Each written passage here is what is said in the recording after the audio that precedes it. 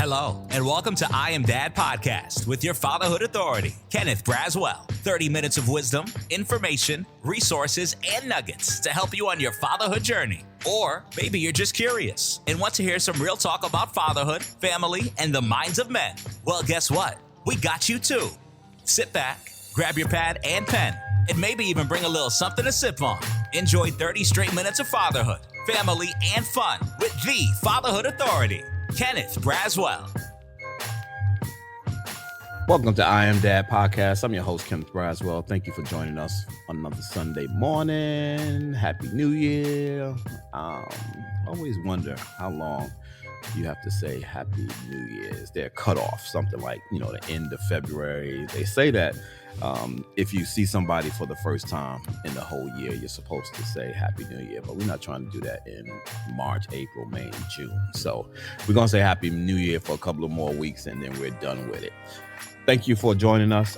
We are excited about the new fourth season of I Am Dad Podcast. We continue to elevate the work and reach broader audiences. We are now ranked at number 5 amongst almost 1,400 podcasts around the world via FeedSpot. And so if you don't believe me, you can go to feedspot.com and see where we're positioned. We're also in the top 25 of podcasts around the country that are working specifically and talking about manhood issues. And so we're going to continue to do that, whether or not we are talking about men and dads, talking to men and dads, informing men and dads, or whatever it is we're trying to do. We're going to continue to do that, just like today. Our guest today, Jerry Craft, he is an award-winning author, illustrator, and pioneer in children's literature who has brought humor, heart, and a unique perspective to the world of storytelling. Best known for New Kid, the first graphic novel to win the prestigious Newbery Medal, Craft has dedicated his career to creating authentic stories that resonate with children and families alike. From his beloved comic strip, Mama's Boyz, to his groundbreaking graphic novels, Craft's work often draws from his own experiences, blending humor and poignant themes of identity, community, and resilience. As a father, storyteller, and trailblazer, Craft has left an indelible mark on literature and continues to inspire readers of all ages. Today, we are thrilled to dive into his collective journey, his reflections on fatherhood, and his vision for the future of inclusive storytelling. Let's welcome Jerry Craft to the stage. Mr. Braswell. How you doing? I'm good. How are you? It's good to be seen, as the more seasoned elders say, than to be viewed. And so, so I'm happy about that. Man, it's always a pleasure to have you in the midst. I still reflect. The other day, I was looking at something. I can't remember. I was digging for something in a crate or a box, looking for some old discs that I was looking for, copies of my newspaper. What's up that I wanted to kind of grab, and I came across an envelope that you had sent me, one of your earlier books. I'm trying to remember which one it was. It was a Mama's Boyz book, but the envelope, you had drawn Mama's Boyz on the cover of it along with the writing, and I was going to take a picture of that and send it to you, and I misplaced it again, so now I got to find it. I'm going to find it and send it to you, but that's just how long. I'm not even going to state how many years me and Jerry has known each other, but I'm just going to state before we start this program how proud I am of you. You are the picture of resilience, consistency, and steadfast, moving on your calling in life to be an author and tell stories, not allow that or the attention and fame in your early years to not achieve that at that point, to keep moving. And when your time came. And I am so happy to see you in the midst of your time right now. It's inspiring to me not to give up in the work that I'm doing. And I know that it's inspiring to other brothers and sisters that have watched you on your grind to just keep doing what we do. Sooner or later, whatever is for us will be for us. And so I'm proud of you. You need to know that. I appreciate that. Thank you. And yeah, because your newspaper used to run my comic strip. Yes. Absolutely. And I remember reaching out to you. And back then there was no text. There was no social media. I think I called you or mailed you or something. It had a right. It had to be snail mail or the phone, and Right. not even the cell phone, a telephone. Right, absolutely. So I don't remember what mechanism, but I know that you responded, and I was like, that was one of the high points of me doing What's Up newspaper. And then it kind of continued into Urban Voices. And so, Mhm. listen, Jerry, we start off our podcast with a very unique perspective just because of our audience. We always kind of want to know who we're talking to with respect to this, whether we're talking to fathers, about fathers, for fathers, or with fathers. We always ask the question, tell us your daddy story. And you could tell us that from whatever vantage point you want, your own dad, you being a dad, however you want to tell that story, tell that story. I will start with my dad, who was amazing. He was the, kind of the old school black man that lived through the civil rights era and, the struggle. And so very humble, didn't really feel like he deserved a lot. Mm, Um, I remember even sometimes wanting to go to a restaurant, and sometimes he'd be like, "Oh, you got to be dressed up to go there. You can't." I'm like, "Dad, it's Beefsteak Charlie's. It's like, you know what I mean? Like, it's not a restaurant." right. Um, and he always encouraged me to draw, and but he through both compliments and criticism. Mm, Like I remember, I grew up in Washington Heights, which is the setting where my graphic novel New Kid takes place, and there was a local newspaper, like the Inwood Heights Citizen, I think it was called, and there was a comic strip in there that I absolutely hated. mm, And every time he brought the paper home, I would turn to that comic and I would just rip it. And one day he was like, "Hey, he's published, you're not, so mm. basically put up or shut up." Right. you know and I have always been that kind of person that's just like, okay, I'm gonna put up you know Mm, and so I did samples of a comic strip. um I called up the newspaper, I went in for an interview, I showed them some stuff, they liked it, and then a few weeks later my dad brought home the newspaper. I opened it up, here was the one that I hated. I'm like, "Oh, hey, look at this," and here was mine right across from it. you know mm, and so that kind of got me going, and that was before Mama's Boys. That was the strip that eventually transformed into Mama's Boys, but that was kind of it. And he was very supportive. um we had a great relationship. And when I became a dad, I tried to base a lot of what I had with him with raising my boys. mm. Now, was that before the strip? Was Mama Boys before or after Sports Illustrated for kids? So Mama's Boys was before. Mama's Boys was like, uh, back then in the local papers, because I even started from there. I started to self-publish and self-syndicate. So I went to the library, got a list of like 200 black newspapers across the country, and I started sending them samples, and that's how I got the City Sun in New York, the Houston Sun, the Philadelphia Sunday Sun, all named Sun. Hmm. That might have been how I found your paper. And then each week I would physically mail them copies of my comic strip. And then so in '92, I started working at King Features Newspaper Syndicate, and that's where I got to see, Curtis and Beetle Bailey and the Phantom and all that in person. And we would send those out to newspapers. So I learned a lot from there.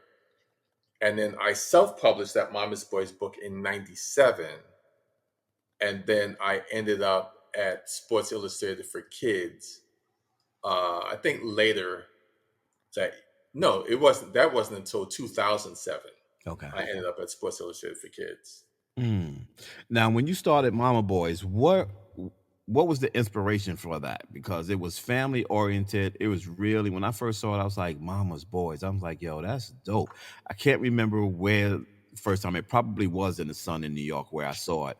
But I just thought it was an interesting um, focus on family, Yes. particularly as it relates to boys, because man, what I saw in that strip was, elements of my own mother, and elements of me and my brother, and other families in our community that, were primarily boys. It was really interesting. What inspired you to do that? So this is the one that I self-published. So this is back in 1997, Mm-hmm. and this is the very first one, and it's basically a black and white collection of the comic strips. Mm-hmm. And basically, when I was coming up, I mean, I lived with both my mom and my dad till I was 17. But most of my friends either live with their mother or their grandmother. Right. And I just kind of wanted to do something that was um, kind of a tribute to those moms who were trying to hold it down, raising these kids on their own for the most part. But I wanted to do kind of a different level than the black sitcoms that I had always seen. That was always about a struggle, Mm-hmm. and there really was no hope, And I always say even the TV show Good Times, it was anything but good times. They never had any good times. And so the concept was a mom raising her two teenage sons. Um, the mom owns a bookstore. The kids hate to read. There's an uncle. Uh, that's the uncle, and then the grandfather. Mm-hmm. And I just wanted to have like positive family stuff, whether it's an uncle, a grandfather, the positive male influences. Um, and then the whole literacy component, and then from there it just kind of, I did a second one which is Mama's Boys homeschooling, Mm-hmm. and then the third one, Mama's Boys the big picture. Mm-hmm. And that was from there when people started seeing my self-published books, they started asking me if I could help them publish their books too, and that's kind of where it all started. Mm-hmm. Whenever, Washington Heights, for people who don't know, is in New York City. Whenever I write anything where I reflect on my earlier life, when I talk about New York City, I always take time to write descriptive about New York City. I've heard this, and I don't remember where I heard it, Jerry. I heard someone say that whenever New York City is in a book or a movie or whatever, it is a character. Like, you Absolutely. have to speak about New York City as a character. How much of Washington Heights was an influence in how you frame your narrative and how you frame it today? So what was so interesting about my life is, so I lived in Washington Heights, and like New Jack City was in that area, you Mhm. know, but my street um was like a landmark street, right? We had brownstones, Mhm. so even though Amsterdam Avenue, there was all kinds of stuff going down, you came to my block, there was a line of brownstones, there's a cobblestone street. um, Jamel Mansion was right across the street, which is one of George Washington's headquarters during the war. And so as a result, they used to film movies there. Mhm. They filmed across 110th Street. They filmed Ragtime, um, in Malcolm X when Denzel is coming out of his car on his way to the Audubon Ballroom. They show him. They show my house like right behind them. It's a really cool shot. I met Queen Elizabeth when I was a kid. She came to Jamel Mansion. Um, so I always wanted to do stuff that was maybe struggle adjacent. You know what I mean? Like Mhm. life wasn't all fun and games, but it's not just all struggle and misery either. Right. And I feel like a disproportionate amount of our entertainment is all about the struggle. And there's this very little hope. And, if it looks like it's going good, then something happens and boom. Hmm. And I've just never enjoyed that, you know. So when I look at the positive things of New York, like we had a neighborhood, Right. you know, you run out in the street, there was Miss Duncan. Right. Jerry, don't you run out that street. I'm gonna tell your mother. You better look Hmm. both ways, boy. Hmm. Or Miss Smalls coming in, and you know, you that was the house. You know, you go there, sit my friend Kirk and Lauren would be eating, and mother was just like the block mom. So I have really fond memories of playing stickball and skellies and all those kind of things. You know, and now even when I go back to visit, going to get a chopped cheese sandwich, or Right. you know what I mean? Like I'm going to see the Knicks tonight in Orlando, where I live now. Um, but or seeing Yankee Stadium from my window where I grew up, and like you could hear the ba, ba, ba, ba, ba, ba, Hmm. when it was late at night and the sound would carry. Um, so yeah, it definitely is like the local pizza shop, the guy that used to do the numbers, just walking around 542, 542, and Right. everybody knew what that meant. Um, so yeah, it definitely is a character, and I try even in my new kids series put a lot of like even jokes about alternate side of the street parking, or you know what I mean, like Yeah. those kind of things that just make it a very unique place. I went to go visit my mother this past summer, last summer, in Philadelphia because she had moved to Philadelphia for a little while.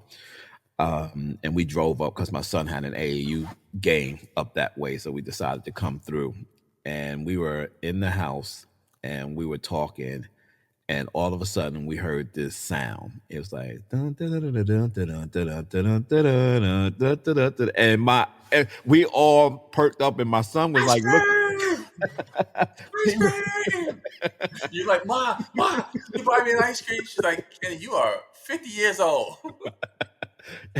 and we jumped up, and he was like, "How do you know that?" I was like, "That was that sound. You could hear that from a faint distance. You knew it was coming your way." And then so we go outside. I was like, "Come on," because it was like 95 degrees that day. Perfect, like northeast weather Right. in August, I believe it was. And we go outside and we go down the truck comes around the corner, and what were the kids doing across the street? But they had the fire hydrant Fire wide hydrant. open. Yep. It was like New York. It was like the New York City picture. Ice cream truck, fire hydrant open, kids running through it, couple of men sitting on the corner in lawn chairs. It Yep. was do the right thing, like all in a Oh my picture. god. And then you used to have to take like the can Right, that you get beans or vegetables, and you cut both sides off, and then they would put that on the fire hydrant and spray the water right. as it would come by. So Yeah, yeah, yep. yeah. So Them cool to long ices too. Mhm. Yeah. When you think about that nostalgic remembrance of New York City, Fresh Prince of Bel Air did something really interesting, and I still have not had a chance to see it. I'm one of those guys. I like to see. I wait till a series ends, and so I can watch it on my own pace. I never watch it, when it's going on because I get Mhm. frustrated if I get to the end and then the next season don't start for like 18 months. That frustrates me, and so I just wait. But I do know the premise of the what they were trying to do. They did a reboot, which was really bringing Fresh Prince up to now, meaning what it looks like now. If you were going to reboot Mama's Boys, how much different would it look if you were speaking about it through the framework of how mothers and boys and society looks today? So one of the things that I struggle with now is if I redid it, if I would include a dad. Hmm. Because initially, um, like there were dads, like if you saw Good Times, there was a dad. Right. Jefferson's, there was a dad. So in my mind, it was more unique to do um, a comic where there wasn't a dad and it was just about the mom, Now, fast forward 40 years later, the black dad has gone the way of the dodo bird and the yeti and all these other like you don't see dads.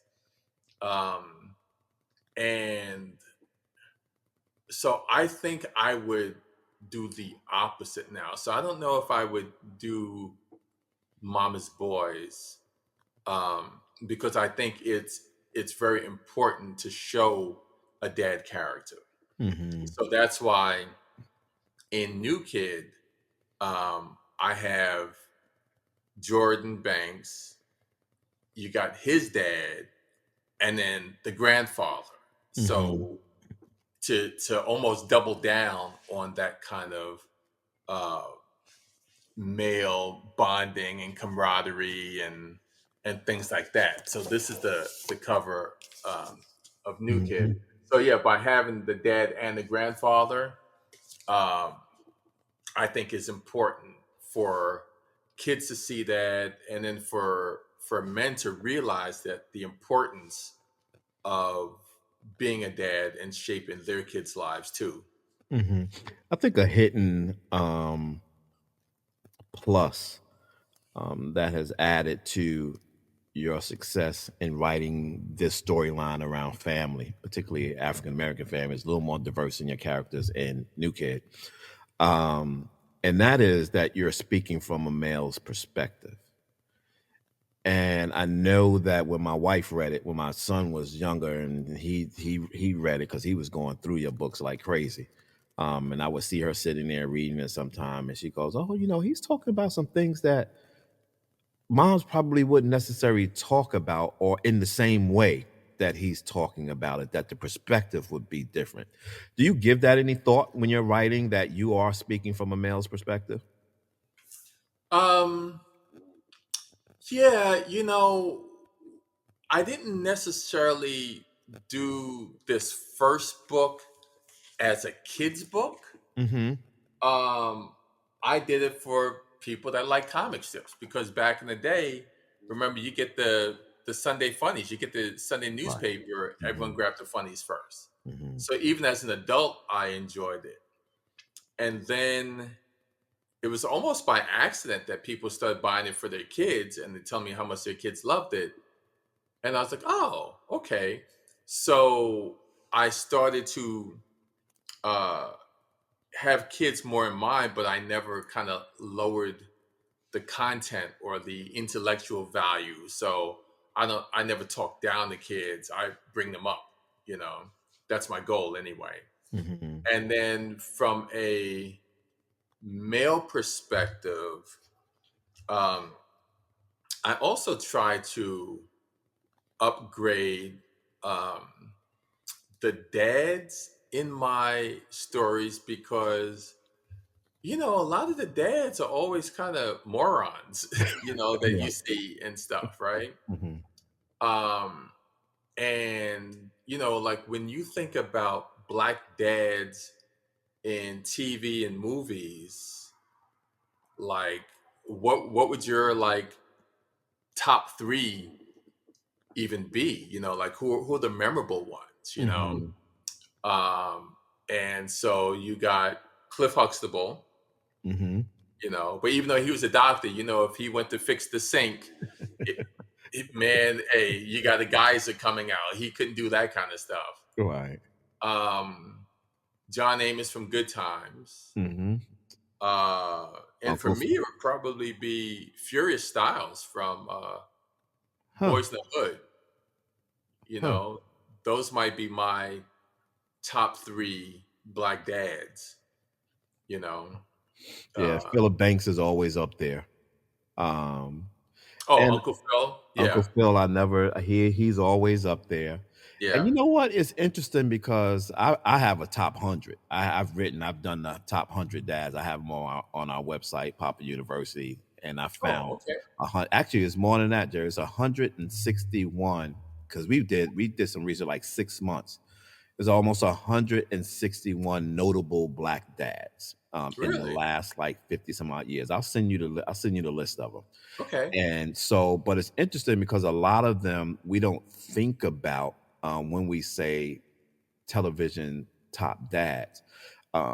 Like for instance, we overshoot um, Red Fox and Sherman Hemsley. We overshoot George Jefferson and and um, Fred Sanford. and Fred Sanford.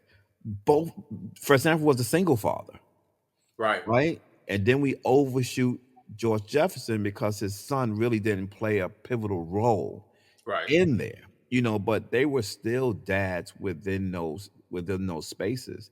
And then Right. we overshoot Winslow from Family Matters, because his relationship in the show was more with Urkel, because Mhm. Urkel became a focal point of the show and not his children.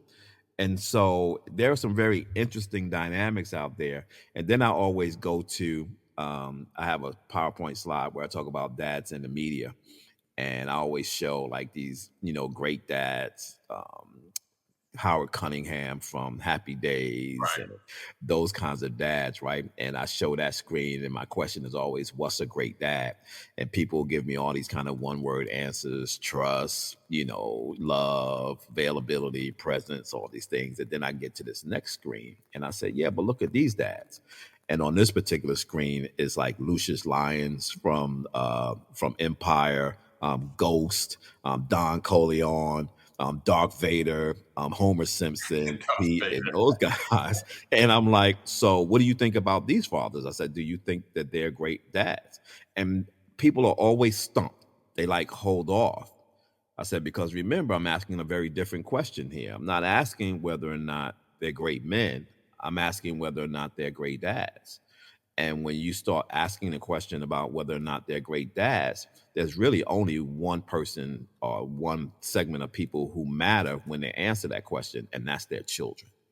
And Right. if you ask their children whether or not they were great dads, now they'll have some dysfunction in some of their answers, but whether or not they love them or not is similar to the same reason people love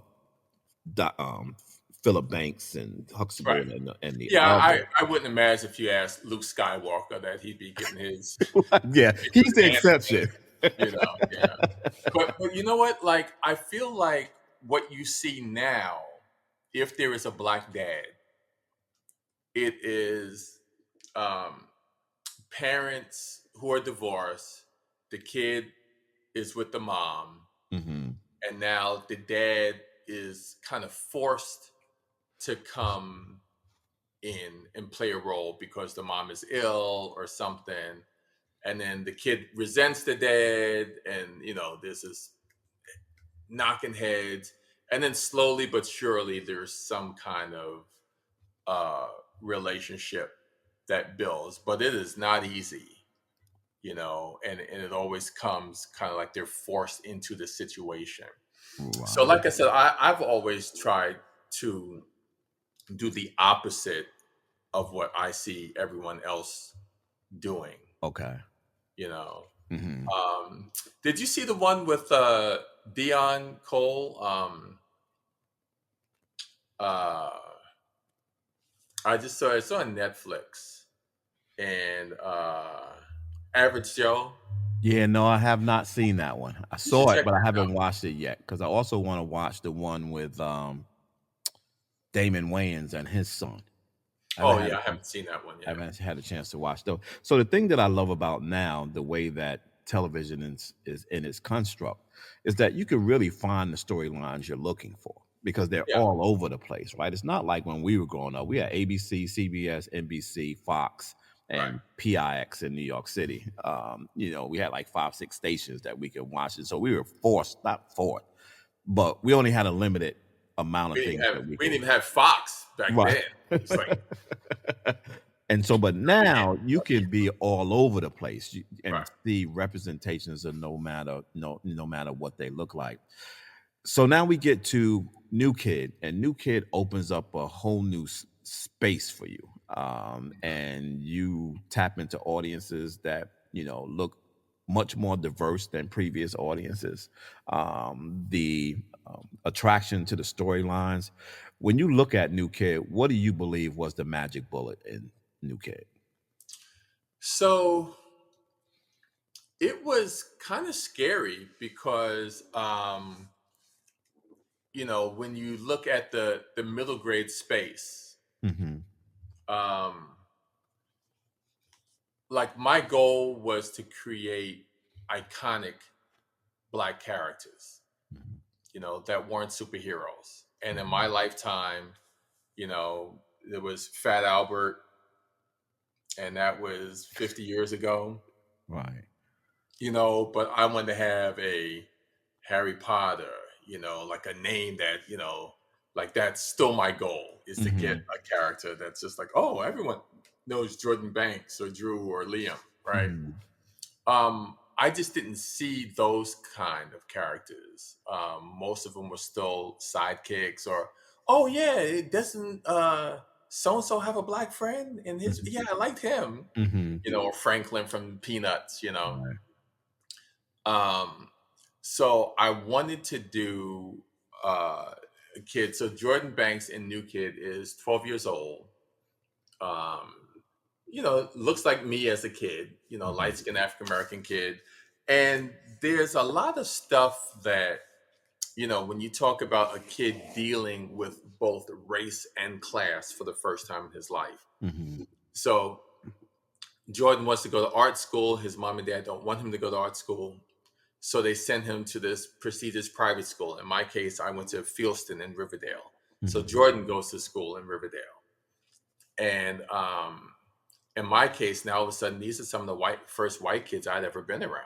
Mm-hmm. For me, white kids were Right. TV, Parts Right. of Family, Brady Bunch. So Mm-hmm. now I leave Washington Heights every day, which at the time was Black and Puerto Rican, and go all the way up to Riverdale. So it was like another planet.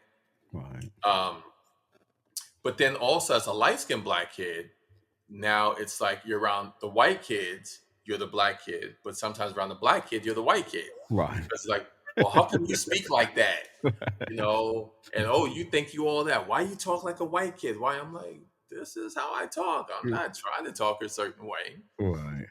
So I just hadn't seen that story. Mm-hmm. And then when I take stuff in, like I have the dad who looks like me, but I wanted to make sure that the mom was darker skinned with natural hair, because again, anything I had ever seen, it was the dark skinned dad with the light skin kind of trophy Mm-hmm. wife. Mm-hmm. So that's Yeah. the Mm-hmm. mom, Yeah. right? Mm-hmm. And then that's Jordan, and then that's the dad. So just little things that I had never seen, Mm-hmm. but I hear people talk about, you know, and I was like, oh yeah, I've not seen that. So let me do that. Mm-hmm. Dad likes to cook, and I might have mom driving the car, so it's not always the man driving the car. You know what I Mm-hmm. mean?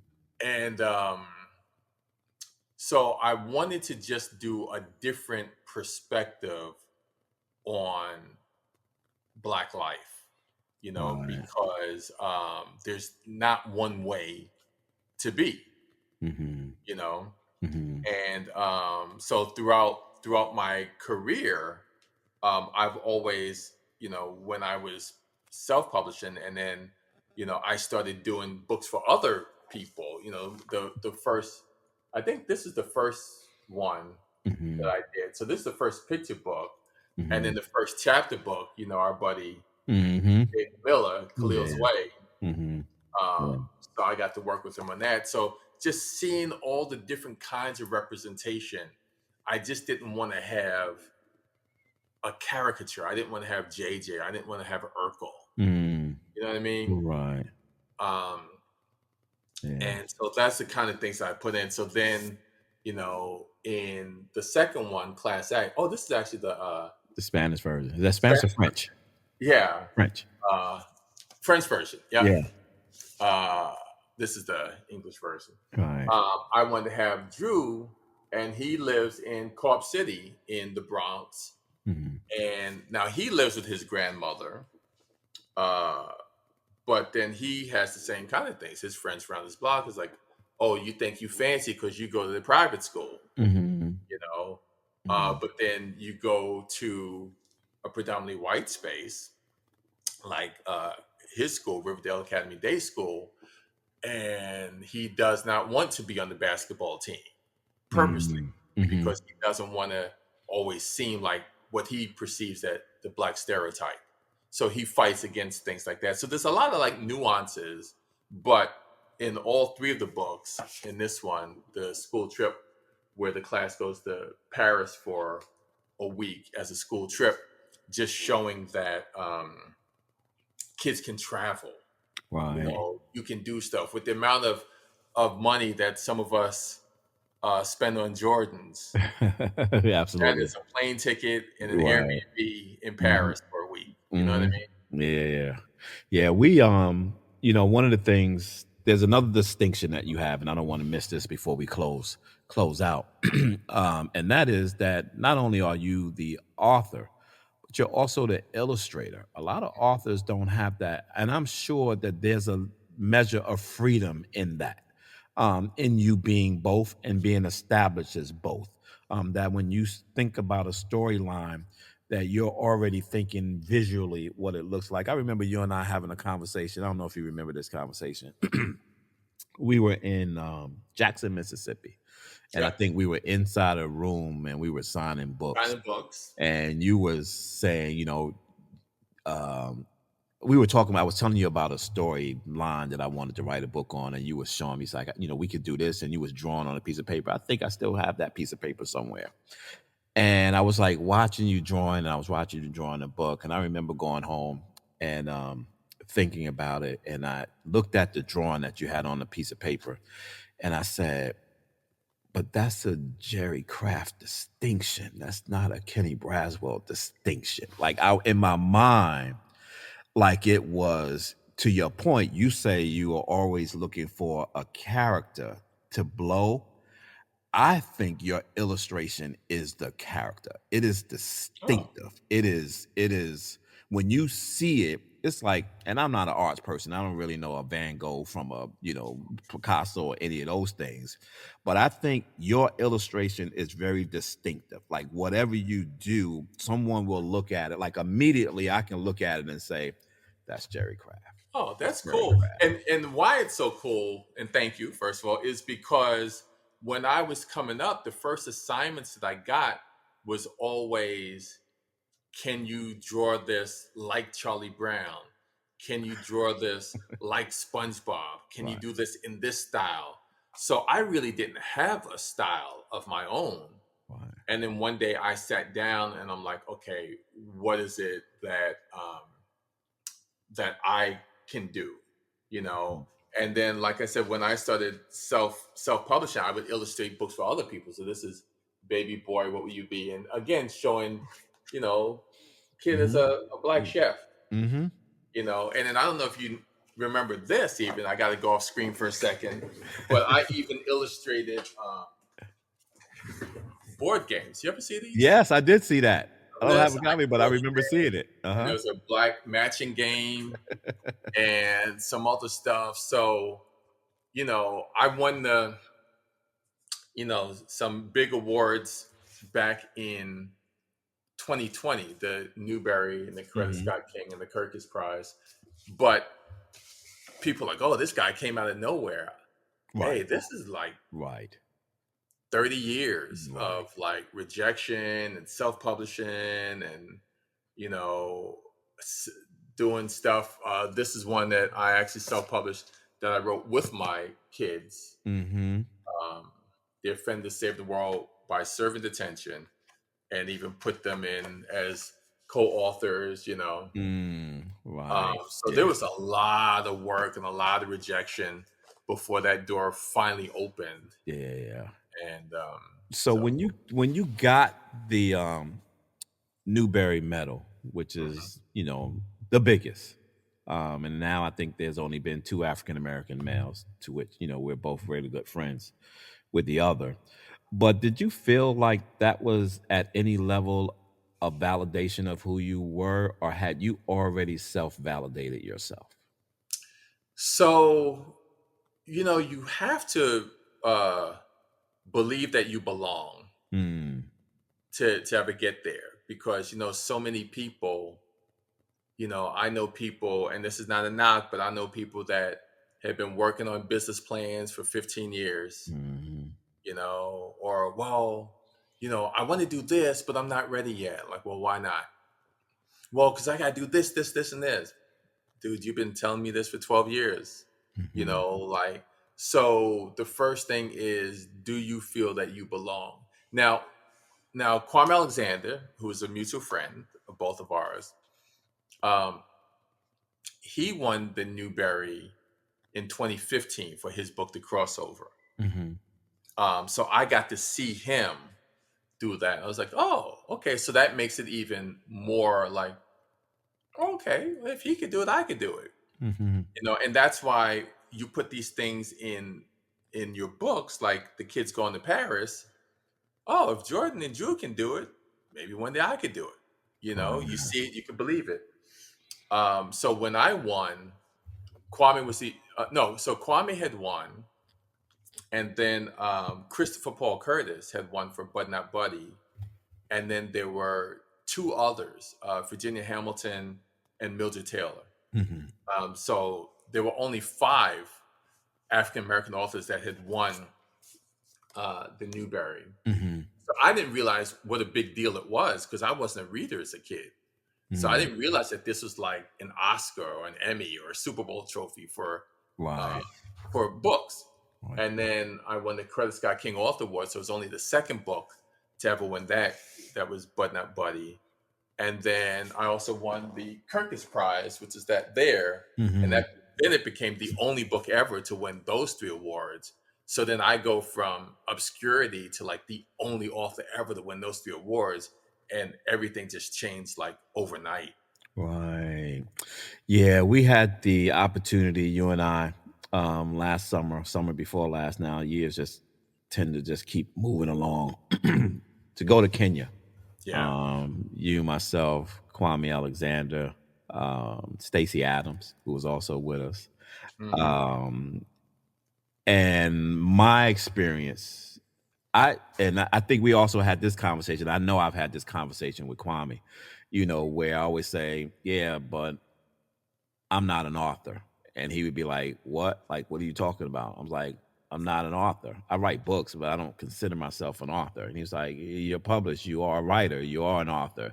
And I remember having a conversation with him. I said, nah, well, maybe that's not what I mean. Maybe what I mean is I'm not a published author in the traditional sense of it. So I don't ever feel like I'm in a comparable space when I'm around authors. As I always feel like that I write for my work, not write because it is something that is my vocation, my passion, or my calling to do. I have the ability to do it, but that's not part of what I've done. But the cool thing about being with the two of you in Kenya, and you and I shared a moment in the bookstore away from everybody else, is being in Nairobi, Kenya, and seeing your books on the shelf. That was just the Yeah. dopest. Like, it was like, whoa, like we are in Africa, like we're in the motherland, and Right. their books are prime space. Like Yeah. in the how did that feel to you to see that? To like, did you Oh, that. reflect on that any? Oh, yeah, yeah. No, that's definitely a goosebump moment because when I first met Kwame, it was at Human Bookstore in Mm, New York City in Harlem, right. and he invited me to do a Skype visit to these kids in Kenya, and then to think that 15 years later, he and I would actually be in Kenya Mm, talking to school kids, and then do a book signing, and our books are in that store is one of those like right. it's just hard to fathom, Right. you know. Like remember when we went to those schools, Right. I had never seen, you go to a school and the classroom has no electricity, but the kids speak three languages Right. and it's just on every word, like that was pretty amazing. So yeah, there are times like I got invited to do a school visit in Singapore in February, and someone just sent me photo of my book in the store in both English and Chinese, like Mm, in the store, mm-hmm. And so, yeah, it definitely takes a minute to process it, to see my book in Russian and German and Mm, Chinese and Japanese and mm. Lithuanian and Albanian. It's like, yeah. You can't And I even read it. You can't even read it oh just yeah, yet. I look at it like I hope this is what I said. But when I think that the difference between, in my opinion, a writer or an author to me is patience Mm, and the ability to write it and rewrite it and go back and rework it and go back and rework it. And a lot of people don't have that part to it. right. You know what I Right. mean? Like this book. So I am sure. So this is actually a cool thing. So Kwame and I are actually doing the book together. That'll be out in May, and this is one of the advanced reader copies. And this is J versus K. So it's two fifth graders and an artist who obviously is me, Mhm, and a writer who is him. mhm, And they both start. There's a contest every year, a storytelling contest, and they both enter. So they become bitter rivals. So it's a chapter book, but like a Wimpy Kid style mhm, book. And the amount of times that we get the concept and then write it and then rewrite it and then rework it, and then halfway through it's like, oh, you know what, we had dad doing this, but wouldn't it be better if he did this? mhm, And then it's like, do you have the patience to like scrap that first part mhm, and then go back in and change it even though you're halfway done? mhm. And some people can't do that. Right. But I almost obsess over stuff where I can read it 50 times, 100 times, and keep adding this and change that. Like the new graphic novel series I'm working on now, I'm going through for like the 100th time. I'm like, oh, he wouldn't say that. He would say this instead. And let me Mhm, add this joke. And let me have him look sad here because this, mhm. or maybe Yeah. he should have a dog. So now I have to put the dog in there. Right. Yeah, I love that process too. I just don't have time for that process. I love it because I get to your point about obsession. I get obsessed with, oh no, like you were saying, should he be here or should he be there? Should he say this or should he say that? Or wait a minute, he said this earlier. He can't say Right. that again. He got to say something else. And you're always in, you know, I always think that sometimes you get what they call it, analysis paralysis of analysis. Like Yeah. you keep like going over and going over it. Sometimes you just have to let it go. What's the best part? This is my last question for you. What is the best part right now for you being an author? Is it the writing? Is it the teaching? Is it the speaking? Is it the traveling? Like, is it the kids? Is it the watching the work, the accomplishments? What's the best part of it for you right now? That's a tough question because like I was signing books in Massachusetts one day, and there's a I'm signing, I got my head down, and there's this boy and he's standing like uncomfortably close to me, and I'm like, okay, what is going on? And he keeps his head down and he goes, "Thank you for Ramon." I'm like, oh, like Ramon is like a secondary character, a Mm, Latino character in the book. And the fact that he came over to thank me for creating that character who he identified with mm. is one of those like goosebump moments. Wow. Um, to have a kid in Buffalo, a white kid, and I have to say it that way just because it just makes it even more different than what I ever imagined. Because a lot of times when I was coming up, this old black books are for black kids, right? Mhm. There's a white kid that read my book, had never read a book, not only read New Kid numerous times, but then started a book club, and the teachers are crying while they're telling me the story. That Wow. Mr. Kraft, you don't understand. he started a book club, Mm. you know. And then the last one, again, a girl from like Iowa, red hair, freckles, ponytail, you know. And the mother sends me a story, again, a white girl from the Midwest, and it's dressed up like your favorite character day for school, Mm-hmm. and she dressed up like Drew. Wow. And I'm like, oh wow, like that is the coolest thing. Mm-hmm. Um, so those are the things that I think mean the most. Mm-hmm. And I mean, there's great stuff. I mean, like I said, the travel. We've been to Kenya, going to Singapore. There's a movie deal in the works that hopefully we'll start shooting in 2025 with Spring Hill, which is LeBron's company. So there's amazing stuff, but I think it's the reaction from the kids and Mm-hmm. knowing that you can actually change lives and trajectories. I think that probably means the most. What do you do for self-care? What do you do to take it down? Or are you just constant? This is your takedown. What's that phrase you use? Self what? Self-care. Self care. Self care. I'll have to Google that. Does that word really exist in the English language? So I will say I just brought myself a massage chair for my studio. So it is right here in my studio. And when I am sitting too long, I will sit in that chair, put the Nick game on. I still play basketball a couple times a week. And it's nice to have community. Mm-hmm. I've been in Orlando for like 3 months, I mean, 3 years, and meet guys that, like I said, we play ball. They want to play dominoes. So I had to learn how to play dominoes. No one to play spades with yet, Kenny. So No.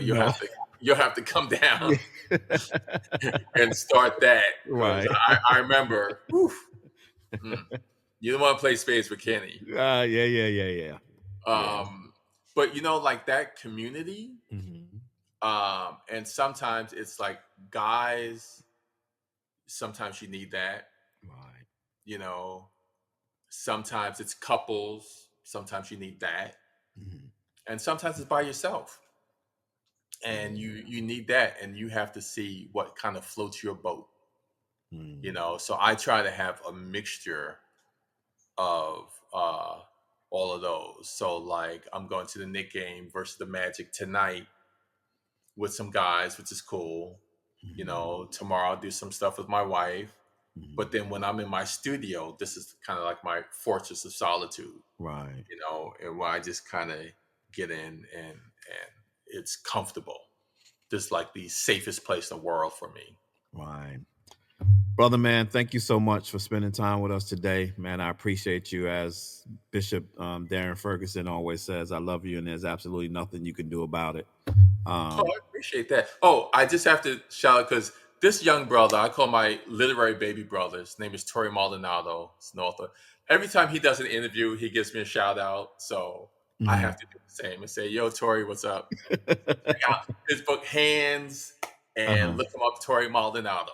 Okay, Okay, absolutely. looks like a Absolutely. younger, good-looking version of me. Is it? Is he? Okay. Well, y'all gonna have a collaborative project, I'm sure, coming up at some point, right? Yep, there you go. Yeah.